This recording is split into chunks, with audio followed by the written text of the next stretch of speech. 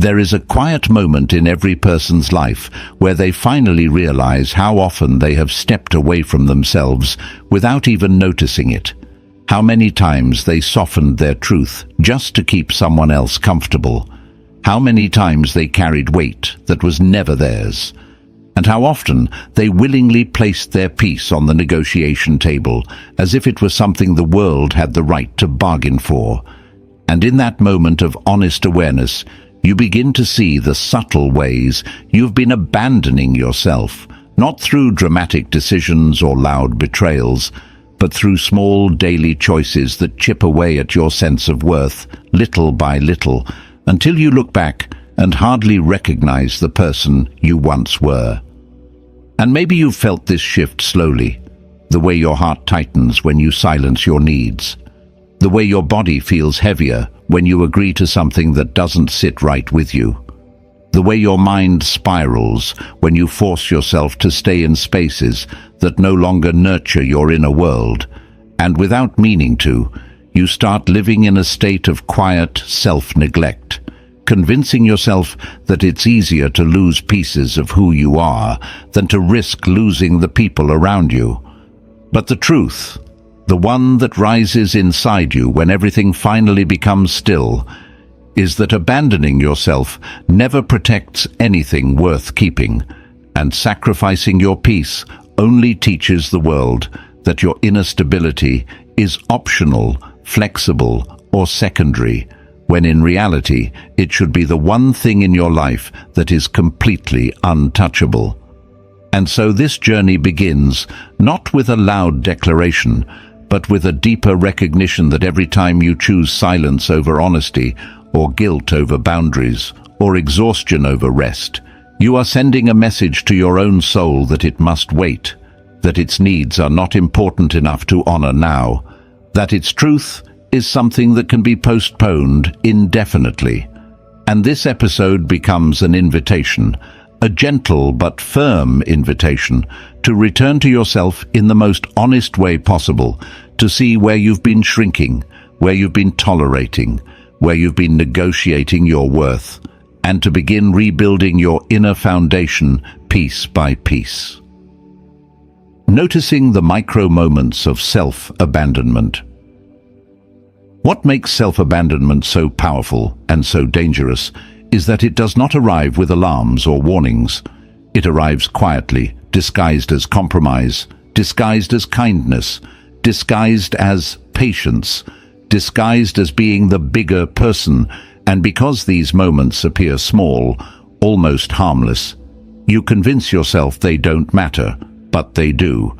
Because every time you ignore the knot in your stomach when someone crosses a line, every time you laugh at a joke that actually hurt you, every time you say, "It's fine," when your heart feels the opposite, every time you say yes with a heavy chest, every time you give more than you can carry just to avoid disappointing someone, you are taking a step away from yourself, a step that seems insignificant today, but becomes a long distance over time. These micro moments accumulate, shaping your inner world, your confidence, your energy, your identity, and slowly you begin to internalize the belief that your discomfort is acceptable, that your needs are negotiable, that your emotions must wait to be acknowledged, that you must earn your place in relationships by minimizing yourself. But the moment you begin noticing these micro moments, truly noticing them, something profound starts to happen inside you, because awareness is the first act of self-loyalty, the first sign that you are ready to stand with yourself instead of against yourself. You start feeling the subtle shifts in your body when something doesn't feel right. You sense the emotional cost of saying yes out of pressure. You recognize the heaviness that follows self-silencing, and instead of brushing these feelings aside, you begin listening to them, honoring them, understanding that your intuition and your discomfort are not obstacles, but guidance, signals from the deepest part of you that wants to protect your peace. And this awareness doesn't make you colder or harder, it makes you clearer. You begin to understand that peace isn't something you find by avoiding conflict. It's something you create by refusing to abandon yourself, even in the smallest moments. You realize that every micro-act of self-honoring strengthens your relationship with yourself, rebuilding trust where it has been broken, and teaching your heart that it does not have to shrink anymore just to be loved. And maybe this is where a new version of you quietly begins. Your relationship with yourself shapes every other relationship. There comes a moment when you begin to understand that every relationship you struggle with on the outside is in some way a reflection of the relationship you hold with yourself on the inside.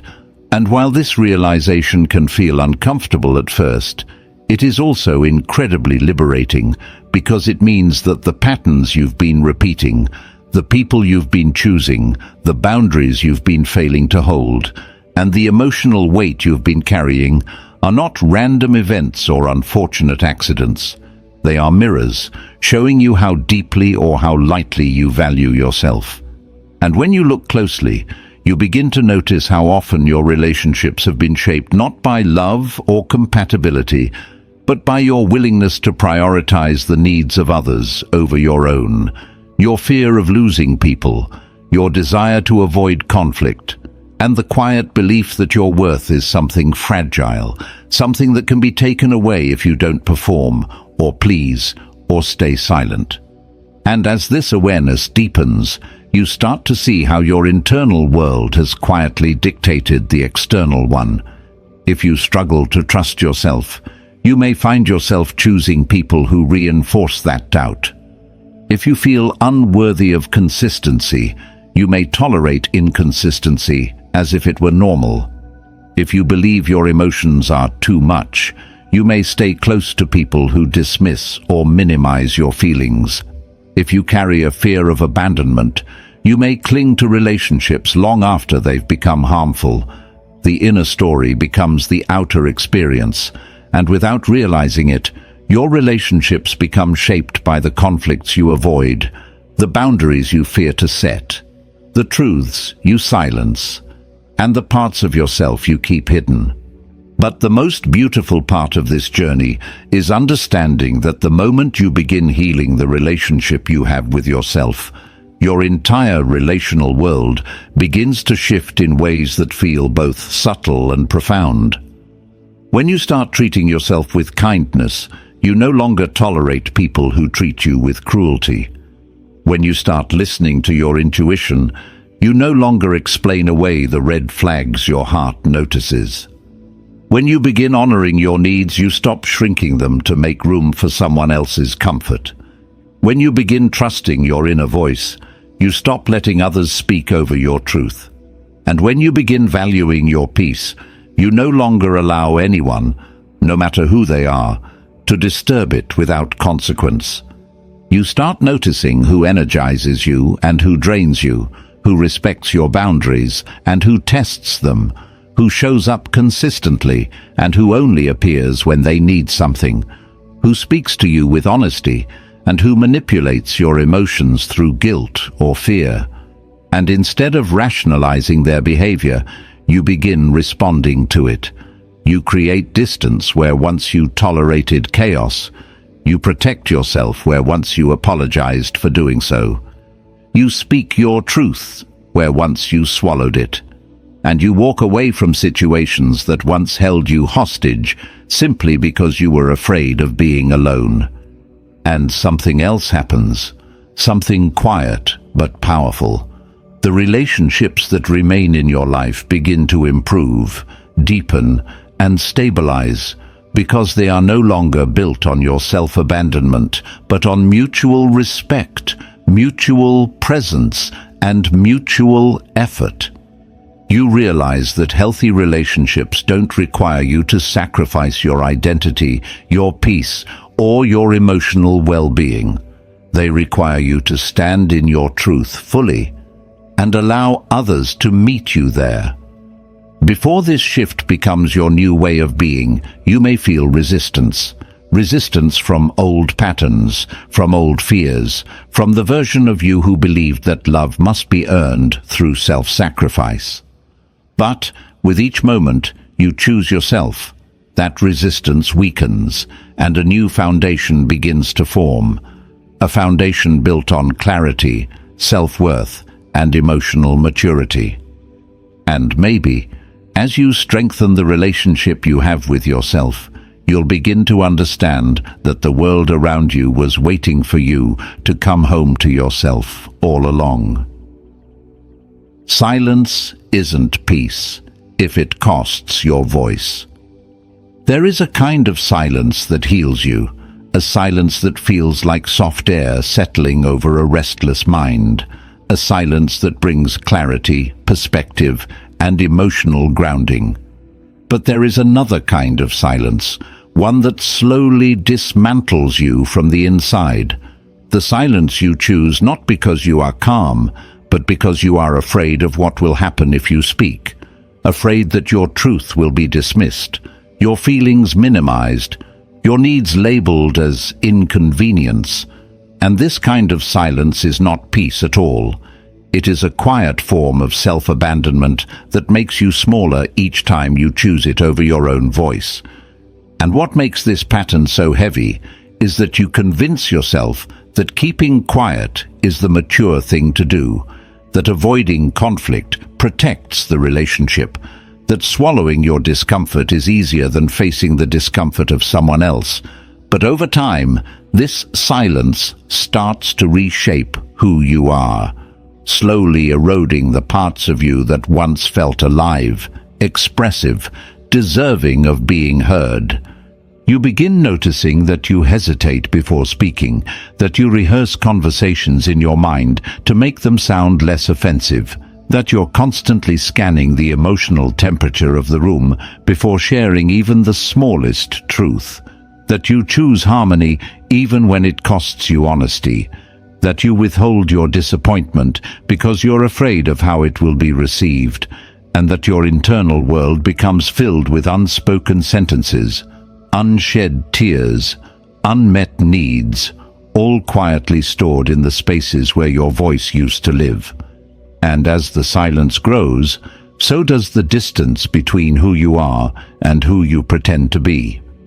The tragedy of this kind of silence is that it convinces you you're keeping the peace. But what you're actually keeping is tension, hidden tension inside your chest, unspoken tension between you and the truth of your own experience. Emotional tension that eventually becomes resentment, exhaustion, and emotional numbness. Because peace is not the absence of sound, it is the presence of honesty, clarity, and mutual respect. When silence replaces truth, peace becomes impossible, connection becomes superficial, and love becomes unbalanced. But the moment you begin reclaiming your voice, not through shouting, not through anger, but through calm, grounded honesty, you begin to realize that the relationships meant for you will not collapse when you express your needs. They will grow. The people who truly care will not punish you for speaking. They will listen. And the environments that are healthy will not require your silence to remain stable. They will welcome your truth as part of the connection.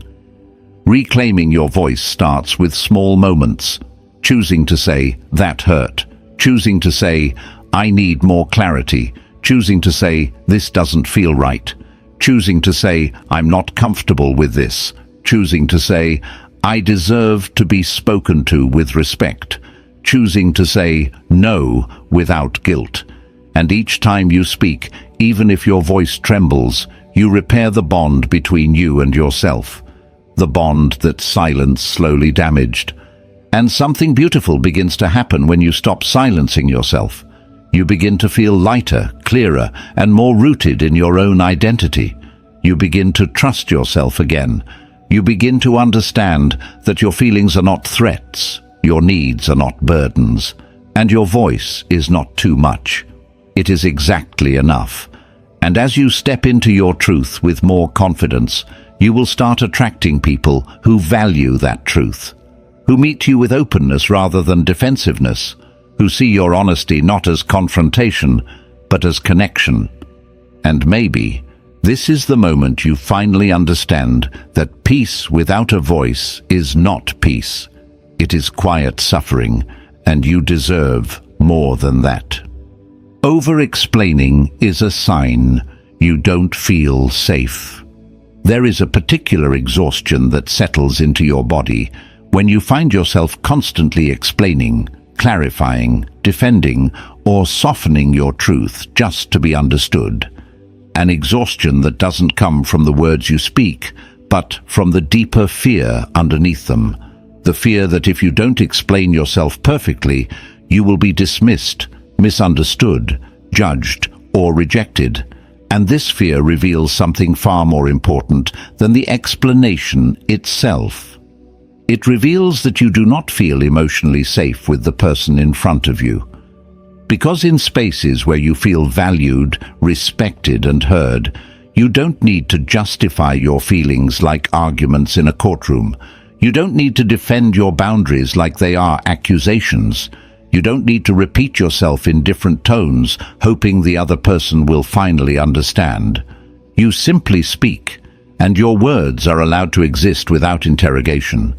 And when you look back, you begin to notice how often over-explaining has been a quiet survival strategy, something you learned in environments where your emotions were questioned, where your needs were treated as inconveniences, where your mistakes were magnified, where your feelings were labeled dramatic or irrational, where your boundaries were seen as disrespect.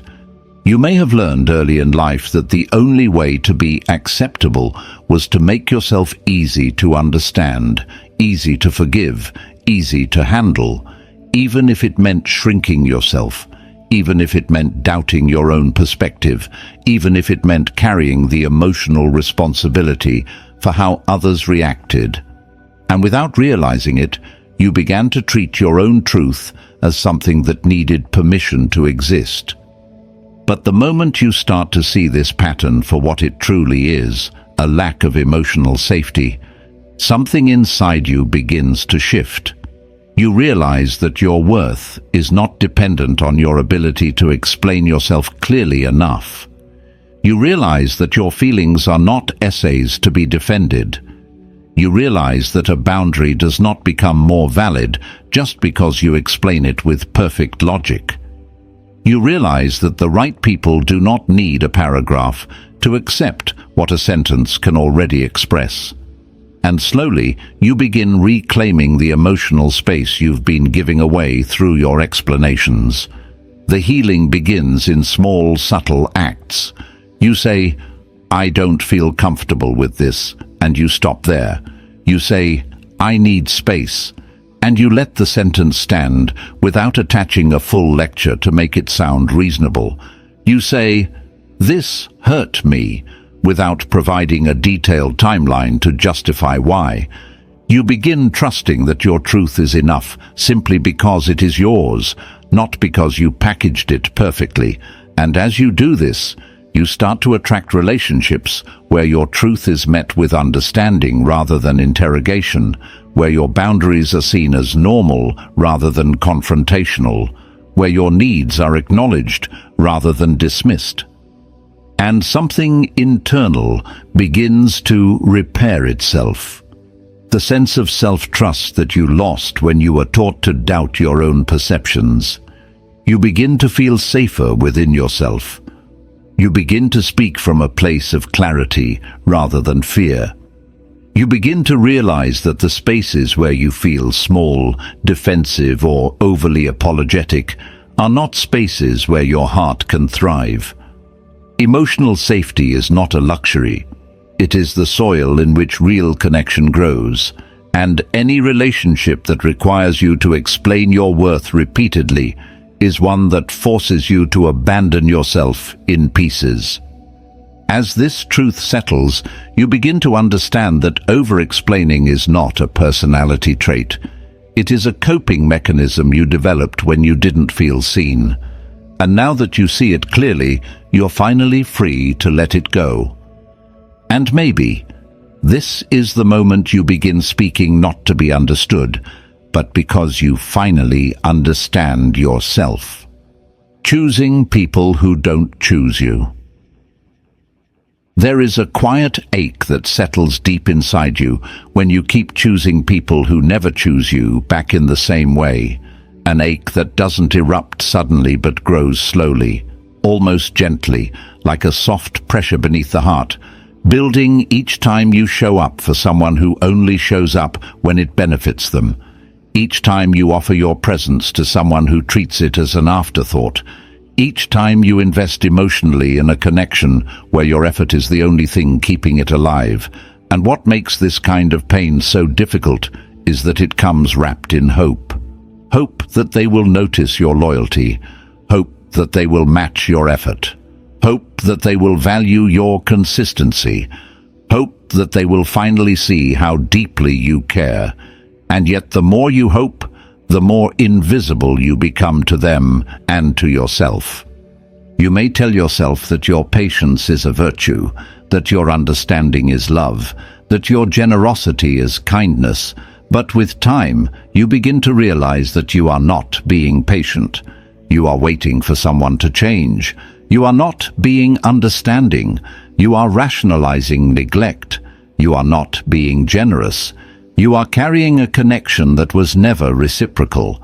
And as you continue choosing someone who doesn't choose you, your internal world begins to shift in subtle but harmful ways. Your self-worth becomes tied to their inconsistency. Your confidence becomes tied to their attention. Your emotional stability becomes tied to their presence or absence. And, without meaning to, you start defining yourself through the eyes of someone who never truly saw you. But there comes a moment, a deep, reflective moment, when the truth becomes impossible to ignore. You feel the emotional weight of your own effort. You feel the loneliness that exists even when they are physically present. You feel the imbalance so clearly that it becomes a form of emotional exhaustion. And in that moment, you understand that choosing someone who doesn't choose you is a form of self-abandonment, because love is not meant to be earned through suffering, and your value is not meant to be proven through endurance. The healing begins when you finally allow yourself to see the situation without the filter of hope, when you stop holding on to potential and start acknowledging reality. When you stop believing that your continued effort will inspire someone to change, and you start accepting that your presence deserves to be met with presence, your affection deserves to be met with affection, your loyalty deserves to be met with loyalty. You begin understanding that relationships are not maintained through one person's determination. They are nurtured through two hearts that choose each other willingly. And as this awareness deepens, something powerful happens inside you. The weight you've been carrying begins to lift, not because the other person changed, but because you finally shifted the responsibility back to where it belongs. You stop chasing, you stop bending, you stop proving, you stop shrinking your needs to keep them comfortable. You stop offering your heart to someone who only offers you fragments of theirs. And slowly, you begin choosing yourself. Not out of pride, but out of clarity. Not out of bitterness, but out of self-respect. And as you step back from the people who don't choose you, you create space for people who will, people who value your presence, who reciprocate your effort, who hear your silence, who feel your absence, who honor your heart without making you ask for the bare minimum. You begin to realize that being alone is not the worst outcome. Being misaligned, unseen, and emotionally undernourished is far worse. And maybe this is the moment you finally understand that choosing yourself is not a punishment to others. It is the freedom your heart has been longing for. Peace requires boundaries, not apologies. There comes a time when you begin to understand that peace is not something you stumble into by accident, nor something that arrives simply because you wish for calmer days or gentler relationships. Peace is something you build, intentionally and deliberately, through the boundaries you set, the limits you honor, and the lines you refuse to let others cross, even if those people are close to you, even if the world expects you to accept behaviors that disturb your inner world. And as this awareness grows inside you, you begin to realize that every moment you apologized for setting a boundary, every moment you softened your no to make someone else feel better, every moment you stretched yourself beyond what your heart could carry just to avoid upsetting another person, you were not being kind, you were sacrificing your peace. And peace sacrificed becomes resentment, exhaustion, and emotional instability. You start to notice how deeply conditioned you've been to believe that protecting your well-being is selfish. How many times you said, "It's okay," when it wasn't. How often you tolerated what made you uncomfortable just to maintain an illusion of harmony. How frequently you allowed disrespect to pass without confronting it because you didn't want to seem dramatic or difficult. And how many times you apologized for simply taking care of yourself. Apologizing for needing space, for setting limits, for expressing discomfort, for choosing distance, for wanting respect, for insisting on clarity. And without realizing it, those apologies slowly taught people that your boundaries were negotiable, fragile, flexible, something they could push against until you eventually gave up and went back to old patterns. But peace, real peace, cannot grow in a life where you apologize for honoring yourself. Peace grows where boundaries are clear and steady, where you protect your emotional space without feeling guilty, where you no longer allow people to use your kindness as an entry point to your exhaustion. And the moment you begin giving yourself permission to set boundaries without guilt, something profound begins to shift inside you. Your voice becomes steadier, your decisions become cleaner, your relationships become clearer, and you begin recognizing the difference between people who respect your boundaries and people who benefit from you not having any. A boundary is not a wall, it is a doorway that determines who enters your life and how they show up once they do. A boundary is not rejection, it is clarity. A boundary is not punishment, it is protection. And when someone gets upset because you set a boundary, it is not a sign that you did something wrong. It is a sign that they were benefiting from your lack of one. Boundaries filter out chaos, confusion, manipulation, and disrespect, leaving room only for relationships built on mutual respect, emotional maturity, and genuine presence. And as you strengthen your boundaries, you begin to feel a kind of lightness you may not have felt in years. The lightness of knowing that your peace is safe with you, that you no longer give people the power to dictate the state of your inner world, that you can love people without losing yourself in them, that you can stay connected without collapsing your needs, that you can be kind without being consumed. You begin to understand that your responsibility is not to keep everyone happy. Your responsibility is to keep yourself whole.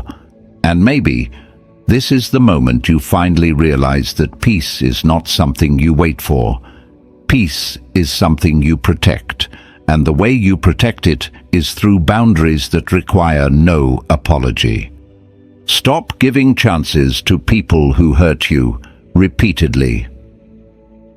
There comes a point in your life when you begin to understand that forgiveness, while noble and beautiful and necessary for your own emotional freedom, can easily become a doorway through which people who have no intention of changing walk in and out of your life as they please, taking what they want, giving little in return, and leaving you to carry the emotional consequences of their behavior. And what makes this cycle so painful is that you don't keep giving them chances because you're weak or unaware. You give them chances because you genuinely hope they'll finally treat you the way you've been treating them, because you believe in their potential more than their patterns, because you hold on to the idea of who they could be rather than accepting who they consistently are.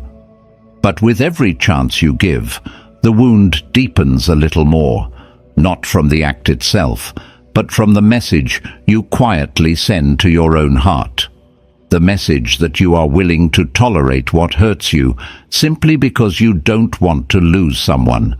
You may find yourself in a cycle of emotional déjà vu, where the apologies always sound sincere, where the promises always feel convincing, where the temporary change gives you just enough hope to stay invested. But the behavior inevitably circles back to the same hurtful patterns you tried to rationalize or excuse. And over time, this repetition starts to wear you down from the inside, draining your energy, dimming your confidence, weakening your boundaries, and making you feel responsible for someone else's inability to honor your worth. The heartbreaking part is that you might begin to believe that enduring the pain is somehow a sign of loyalty, that your resilience is proof of love, that your emotional endurance is what keeps the connection alive, when in truth, all it does is keep you tied to a version of the relationship that only hurts you. But healing begins the moment you realize that someone who truly cares about your well-being does not put you in a position to be hurt the same way twice, let alone over and over again. People can make mistakes, that is human. But patterns reveal truth. And when someone chooses the same behavior repeatedly, when they disregard your feelings, ignore your boundaries, exploit your forgiveness, and return to the same actions they promised to change, you are no longer dealing with mistakes. You are dealing with choices. And those choices say far more than the apologies ever could. The shift happens the moment you decide that your heart is not a place for repeated harm, that your emotional world deserves protection instead of explanation, that you are not obligated to remain available to someone who keeps wounding you just because you care. You begin to understand that walking away is not an act of anger. It is an act of self-respect, a declaration that your well-being matters, that your peace matters, that your inner world is not a playground for someone else's instability. You start recognizing that giving someone endless chances does not help them grow. It simply gives them permission to remain the same. And as you pull back, as you reclaim your space, as you step into the version of yourself who no longer entertains repeated harm disguised as love, you begin to feel something inside you come back to life. Your clarity, your confidence, your self-trust. You realize that loss is not always a loss. Sometimes it is the beginning of emotional freedom. You understand that choosing yourself does not make you cold, it makes you whole. You start seeing that you can wish someone healing from afar without sacrificing your own healing up close. And maybe this is the moment you finally understand that the people who are meant to stay in your life will not require endless chances. They will require honest conversation, mutual respect, and the willingness to grow alongside you rather than at your expense. Emotional availability starts with you.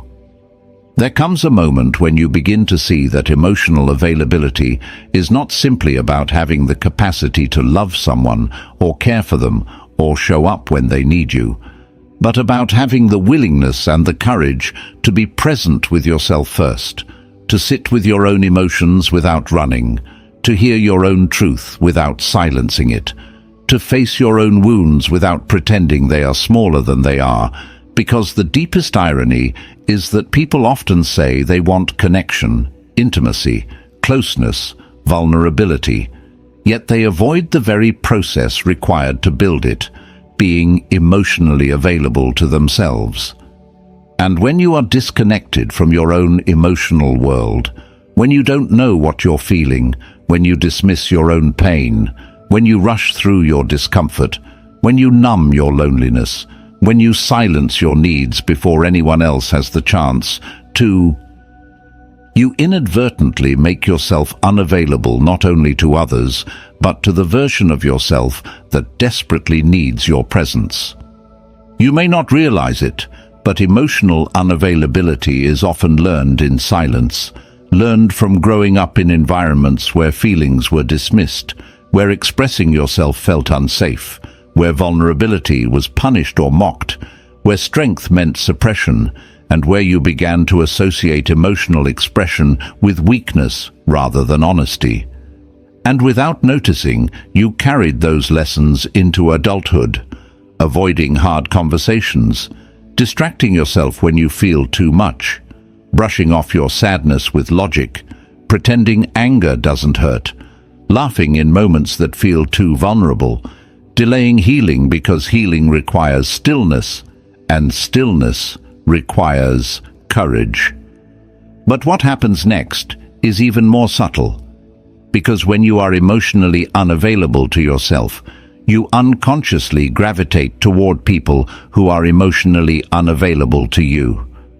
You attract relationships where depth is missing, where clarity is missing, where presence is inconsistent, where intimacy feels unsafe, where connection is complicated, because on some level, the absence of emotional intimacy feels familiar.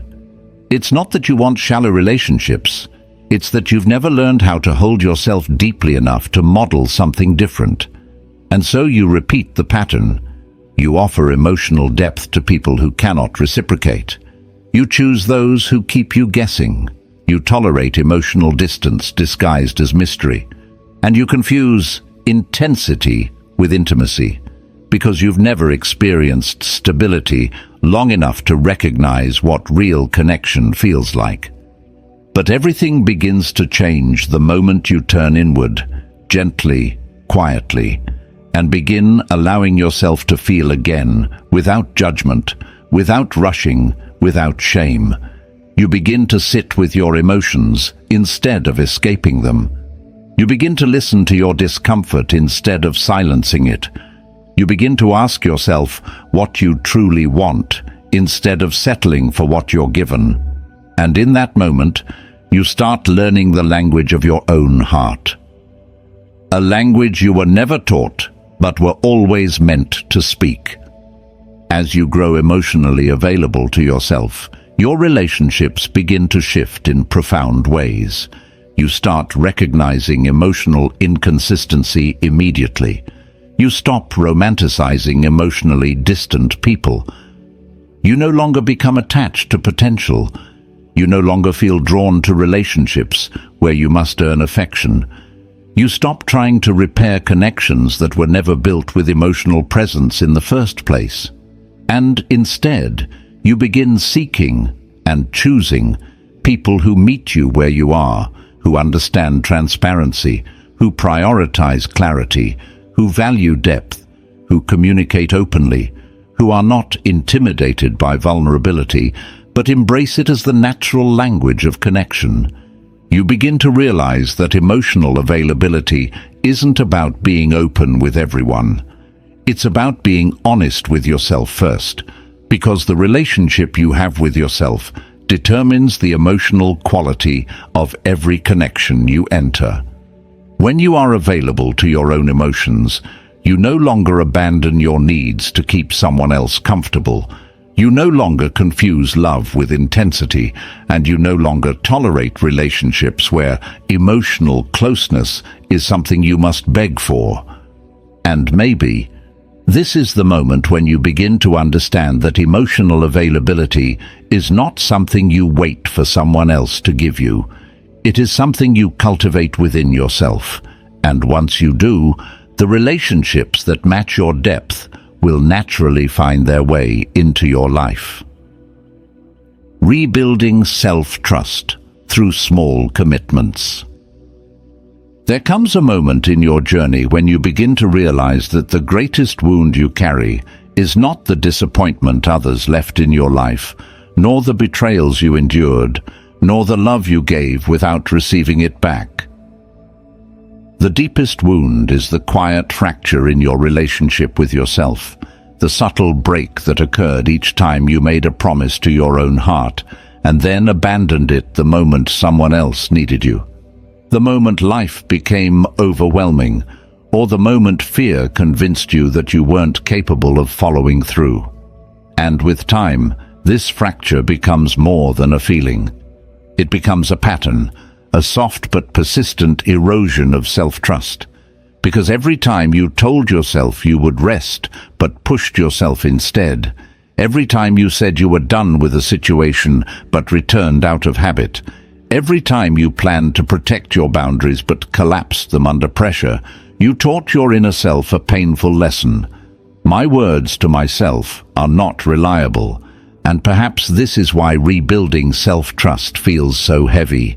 Not because it is impossible, but because it requires you to confront the ways you have been abandoning yourself, quietly, politely, consistently, not through dramatic failures, but through small daily decisions that communicated to your inner world that other people's needs mattered more than your healing, that urgency mattered more than rest, that pleasing mattered more than emotional clarity, and that your own promises were optional.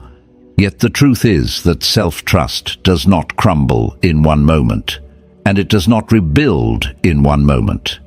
It is a slow, steady relationship that must be nurtured with gentleness, honesty, and patience. And so the healing begins in the smallest acts, acts that feel almost too simple to matter, yet they matter more than anything else. You wake up and choose one small promise you will not break. You tell yourself you will drink water before you touch your phone, and you honor that. You tell yourself you will step outside for 5 minutes, and you honor that. You tell yourself you will journal 1 sentence, stretch for 2 minutes, breathe deeply 3 times, and you honor that. Because the goal is not perfection, the goal is to show your inner self that your words finally mean something again.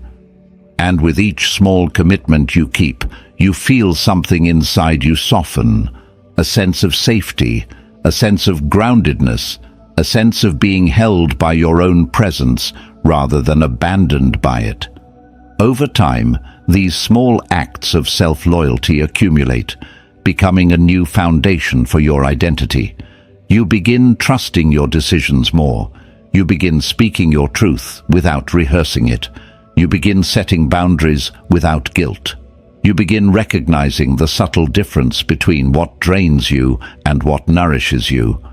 You begin choosing environments that reflect your healed self rather than your wounded self. And slowly, almost without noticing, you begin to feel like someone you can rely on. Someone stable, someone consistent, someone dependable, someone who shows up even when it's inconvenient, someone who honors the connection between intention and action.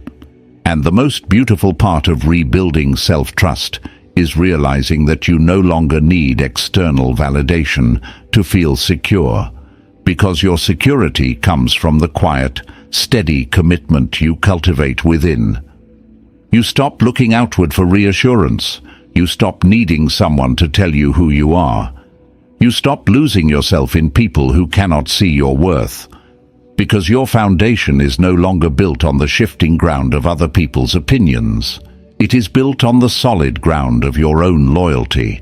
And maybe this is the moment where you understand that every small promise you keep to yourself is not just a task completed, it is a message to your heart that says, I am here, I am listening, and I will not abandon you again.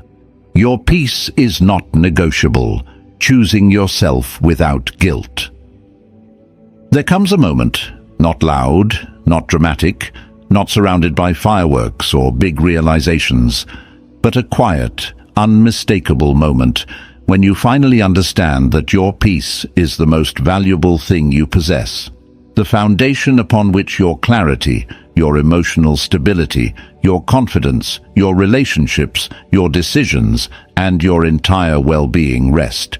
And that every time you bend your boundaries to keep someone comfortable, every time you silence your truth to avoid conflict, every time you carry emotional weight that wasn't yours to begin with, every time you tolerate behavior that chips away at your sense of worth, you are not being loving or patient or understanding. You are negotiating your peace, piece by piece until you barely recognize the calmness you once had inside you. And this realization does not arrive with anger. It arrives with a kind of softness, a gentle sadness for the version of you who thought peace was something the world could grant or take away, rather than something you were meant to protect from within. You begin to see how often you allowed your inner world to be shaped by external pressures, by people who demanded more than they gave, by environments that drained your energy, by relationships where clarity was missing, by expectations that suffocated your authenticity, by the unconscious belief that your value depended on how much you could absorb without breaking. And as you look back, you begin to understand that the moments where you lost yourself were not caused by loud betrayals or obvious cruelty, but by the slow erosion of your peace, the tiny compromises, the ignored discomforts, the boundaries apologized for, the silence chosen over truth, the tolerance given where distance was needed. But something shifts the moment you choose yourself without guilt, the moment you decide that protecting your peace is not selfish but sacred, not rude but necessary, not avoidance but wisdom. You begin to speak your truth with a quiet confidence that does not seek permission. You begin to walk away from situations that disturb your emotional balance, not because you don't care, but because you finally care about yourself. You begin to prioritize rest, clarity, and emotional stability over proving your loyalty to people who have not proven theirs. You begin to understand that you can love someone and still set boundaries. You can care and still create distance. You can forgive and still choose not to re-enter the same emotional storm. And as you strengthen this inner commitment, you start realizing that choosing yourself is not the opposite of love. It is the truest expression of self-respect, the foundation upon which healthy love is built. You stop explaining your boundaries as if they are negotiable terms. You stop allowing guilt to manipulate your decisions. You stop sacrificing your inner world to maintain connections that were never supporting your growth. Instead, you begin building a life where your peace is the standard, not the exception. A life where every relationship is filtered through the question, does this nourish me or exhaust me? A life where you are no longer available for chaos, mixed signals, emotional games, or people who require you to shrink in order to keep them close. And as you move into this new chapter with more clarity, more strength, and more loyalty to yourself, you will begin to see that nothing you lose by protecting your peace is ever truly a loss. People who leave when you choose yourself were never meant for the version of you who is